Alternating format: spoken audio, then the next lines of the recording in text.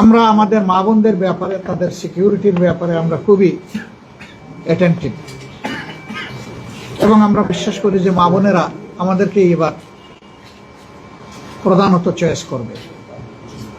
এর লক্ষণ আমরা ইতিমধ্যে দেখতে পাচ্ছি। আমাদের বোনদের, মায়েদের নির্বাচনী প্রচারণায় বিভিন্ন জায়গায় বাধা দেওয়া হচ্ছে, এমনকি হেজাব তুলে নেওয়ার ঘটনা ঘটেছে। ঘোষণা দেওয়া হয়েছে, এদের কাউকে দেখলে তোমরা ঠেকিয়ে দেবা। কোথাও বলা হয়েছে তাদেরকে তাড়িয়ে দেবা। মা বোন তো সবারই আছে। এই শব্দগুলা কেন? রাজনৈতিক দলের কাজ হচ্ছে সকল শ্রেণী পেশার বয়সের মানুষকে, লিঙ্গের মানুষকে সম্মান দেখানো। শুধু রাজনৈতিক কারণে আমরা কাউকে অপমান করার অধিকার রাখি না।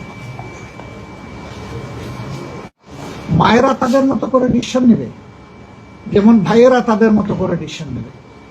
আমি তার ডিসিশন প্রক্রিয়ায় বাধা দেওয়ার কি?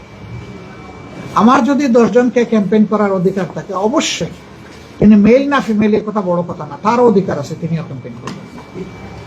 আমাদের এই মিউচুয়াল রেসপেক্টের জায়গাটা আমাদের রক্ষা করতে হবে। আমরা বিশ্বাস করি আগামীতে বাংলাদেশের জনগণ সঠিক সিদ্ধান্ত নেবে এবং তারা দেশকে নিরাপদ করার জন্য, দুর্নীতিমুক্ত করার জন্য, সুশাসন কায়েমের জন্য, ন্যায় ন্যায়ের বিচার নিশ্চিত করার জন্য, অর্থনৈতিক পুনর্বিন্যাস করে দেশকে এগিয়ে নেওয়ার জন্য তারা সঠিক সিদ্ধান্ত দেবে। জনগণের উপর আমাদের 100% আস্থা আছে। আমাদের আস্থার সামান্য কোনো ঘাটতি নেই। শুধু আমাদের দাবি চাহিদা নির্বাচনটা সুষ্ঠু হোক। ভোটাররা নির্বিঘ্নে গিয়ে তার ভোটটা সে নিজেই দিবে। ভোট দেওয়ার পরে তার ভোটের রিফ্লেকশন